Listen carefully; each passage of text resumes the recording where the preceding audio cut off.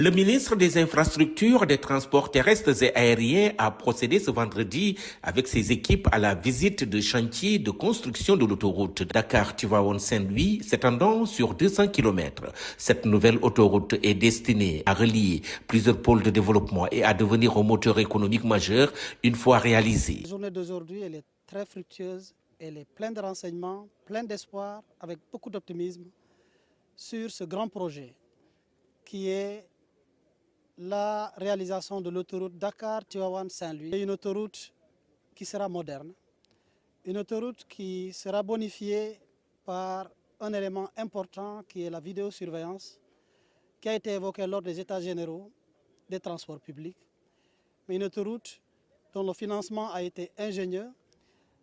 La division par l'eau permet l'accélération des travaux avec beaucoup d'entreprises impliquées. 8 départements traversés avec à minima 4 pôles.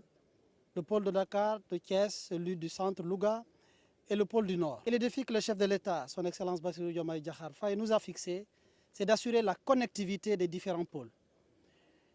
Et le pôle de Saint-Louis, le pôle du Nord, est éminemment stratégique, ainsi que les pôles traversés. Stratégique par la découverte du pétrole, comme vous le savez tous, la découverte surtout des gisements gaziers. Le ministre Yankhoba Diémé a examiné de près les détails techniques du projet présenté par les ingénieurs de l'Agence des travaux et de gestion des routes sur le terrain. Cette visite de terrain a permis au ministre de rappeler aux investisseurs l'importance de respecter les échéances fixées pour le chantier. Chacun a des défis. Même l'État, il faut le dire, nous avons des défis parce que pour construire ce genre d'infrastructure, chacun doit respecter ses engagements dans les délais. L'État a sa part parce qu'il faut rappeler, quels que soient les investisseurs qui sont en jeu, c'est un chantier de l'État et tout le monde est appelé à contribution.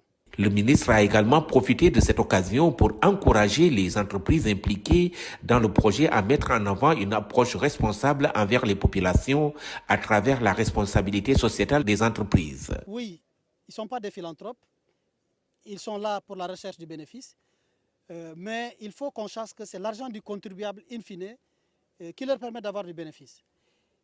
Et ils sont tous assujettis, la majeure partie, à des certifications. Et ces certifications-là appellent l'attitude responsable de chaque entreprise vis-à-vis des populations. La RSE relève de cela. C'est une générosité que l'entreprise prend sur son bénéfice pour essayer de gérer certaines difficultés directement attendues des populations. Et c'est tout l'enjeu. Il faut le dire droitement, la RSE a souvent fait l'objet de détournements.